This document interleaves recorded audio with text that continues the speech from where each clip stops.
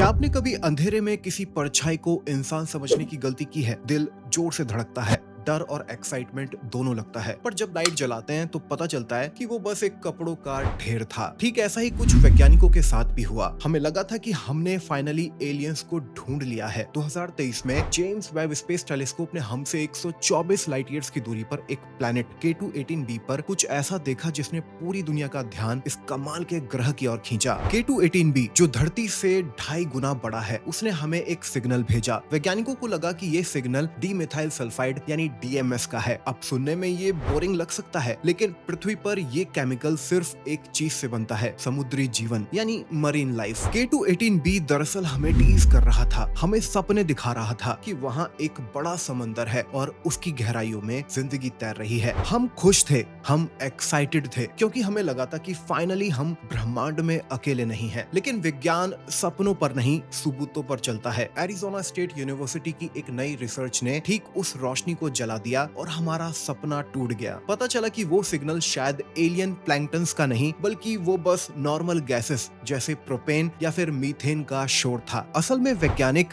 एक statistical trap में फंस गए थे। उन्हें वही दिखा जो वो देखना चाहते थे और बाकी ऑप्शंस को इग्नोर कर दिया। जैसे बादलों में शक्ल ढूंढना, शक्ल होती नहीं है, बस हमारा दिमाग उन्हें बना लेता है। दरअसल जब जेम्स वेब स्पेस टेलीस्कोप किसी प्लैनेट को देखता है तो वहाँ की गैसेस को डायरेक्ट नहीं देखता, बल्कि वहां से आने वाली लाइट स्पेक्ट्रम को पकड़ता है। हर गैस की लाइट में एक यूनिक फिंगरप्रिंट होता है। इस धुंधले सिग्नल में डाइमेथाइल सल्फाइड और प्रोपेन या दूसरे हाइड्रोकार्बन के फिंगरप्रिंट्स लगभग एक जैसे लग रहे थे। वैज्ञानिकों को लगा कि ये शक्ल डाइमेथाइल सल्फाइड की है, पर वो प्रोपेन निकली। तो क्या वहाँ एलियंस हैं? फिलहाल तो जवाब है शायद नहीं। वो एविडेंस अब हवा में भाप बनकर उड़ गए हैं। पर यही विज्ञान की खूबसूरती है, हर रोमांचक दावा एक नए सवाल पर लौटता है और हम फिर से वही फुसफुसाती आवाज सुनकर फिर से वही पूछते हैं, क्या यह सच में परग्रही जिंदगी की खुशबू थी? सब्सक्राइब और फॉलो कर लेना। मैं मिलता हूँ कल।